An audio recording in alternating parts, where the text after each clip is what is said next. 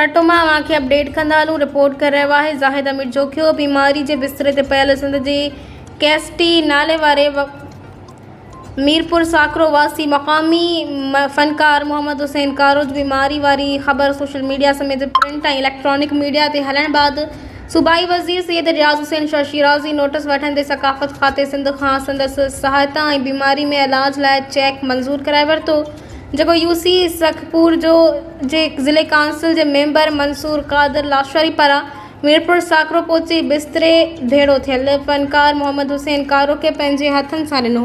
और मौके ते मक़ामी फ़नकार मोहम्मद हुसैन कार सक़ाफ़ती खाते समेत सूबाई वज़ीर सैयद रियाज़ हुसैन शाह शिराज़ी ज़िले काउंसिल जे मेंबर मंसूर कादर लाशारी जो थोरो मञंदे चयो त हू पंहिंजे दौर जे बहितरीन फ़नकार रहियो आहे, पर कुझु वक़्त खां वठी बीमार में विकिणिजी वियो आहे ऐं बिस्तरे भेड़ो थी वियो आहे।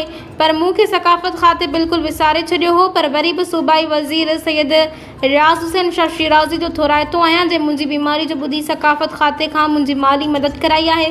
हिन चयो त फ़न ई फ़नकारनि जी सुञाणप आहे। हिन घुर कई त संदसि समेत जेके बि बीमार फ़नकार आहिनि उन्हनि जी सहायता कई वञे जीअं उन्हनि जा घर भाती बुख बदहाली ऐं परेशानी खां बची सघनि।